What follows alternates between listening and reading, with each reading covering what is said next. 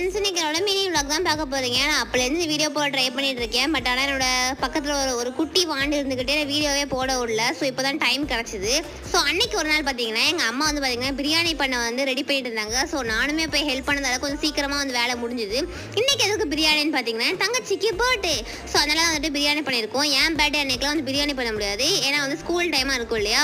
So நம்ம இப்போ வந்து விளாக் போட்டு என்ஜாய் பண்ணிக்க வேண்டியதான்.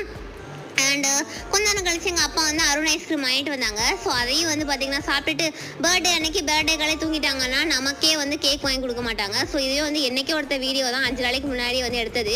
ஸோ இன்றைக்கி தான் வந்து வாய்ஸ் போட தான் டைம் கிடச்சிது. ஸோ நாங்கள் அன்றைக்கி கேக்லாம் சாப்பிடல.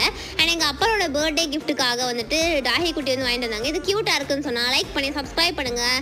அண்ட் அதுக்கப்புறம் பார்த்தீங்கன்னா நானும் அவளுக்கு ஒரு கிஃப்ட் கொடுத்தேன். ஸோ அதை நான் வந்து டிஸ்கிரிப்ஷனில் லிங்க்கை கொடுக்குறேன். அண்ட் நீங்கள் அதை மறக்காமல் போய் செக் பண்ணி பார்த்துருங்க. ஏன்னா அந்த மாதிரி இது வரைக்கும் யாருமே தங்கச்சிக்கு வந்து கிஃப்ட் கொடுத்துருக்க மாட்டாங்க. Bye by.